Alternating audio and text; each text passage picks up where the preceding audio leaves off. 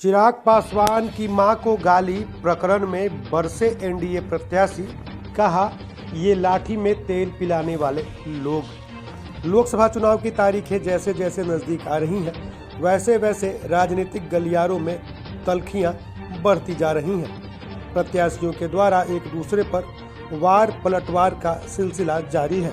इसी बीच तेजस्वी यादव की सभा में चिराग पासवान की मां को गाली वाले प्रकरण पर उन्होंने जमकर हमला बोलते हुए कहा कि ये लोग लाठी में तेल पिलाने वाले लोग हैं और ये सभी गालियां बकते हैं। ये सिर्फ मोदी जी और अमित शाह से डरते हैं। इनका बस चले तो किसी का भी सिर फोड़ दे, क्योंकि इनका यही स्वभाव है। उन्होंने लालू यादव को भी आड़े हाथों लिया और कहा कि सिर्फ हत्या और खून का बेहतर रिकॉर्ड देखकर वह टिकट का बंटवारा करते थे। मिथिलेश तिवारी ने कहा कि देश में मोदी और बिहार में नीतीश कुमार के नेतृत्व में एनडीए की सरकार एक एक अपराधी पर कार्रवाई कर रही है। चुनाव बीतने के बाद बक्सर में व्यवसायियों तथा महिलाओं से छेड़छाड़ करने वाले अपराधी या तो जमीन के अंदर होंगे अथवा जेल में होंगे। सुनिए क्या कुछ कहा एनडीए प्रत्याशी ने। गाली देंगे, चिराग जी को गाली देंगे, नीतीश जी को गाली देंगे, वो तो उनका चले तो सर फोड़ दें, लेकिन ये तो मोदी जी और अमित शाह जी के डर के मारे लाठी तंत्र जो है, नहीं तो ये तो लाठी में तेल पिलाने वाले और लाठी घुमाने वाले लोग हैं।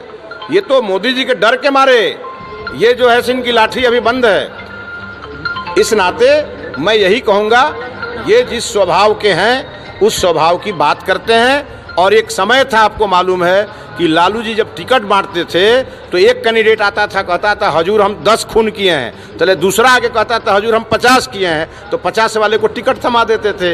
ये वही तो पार्टी है।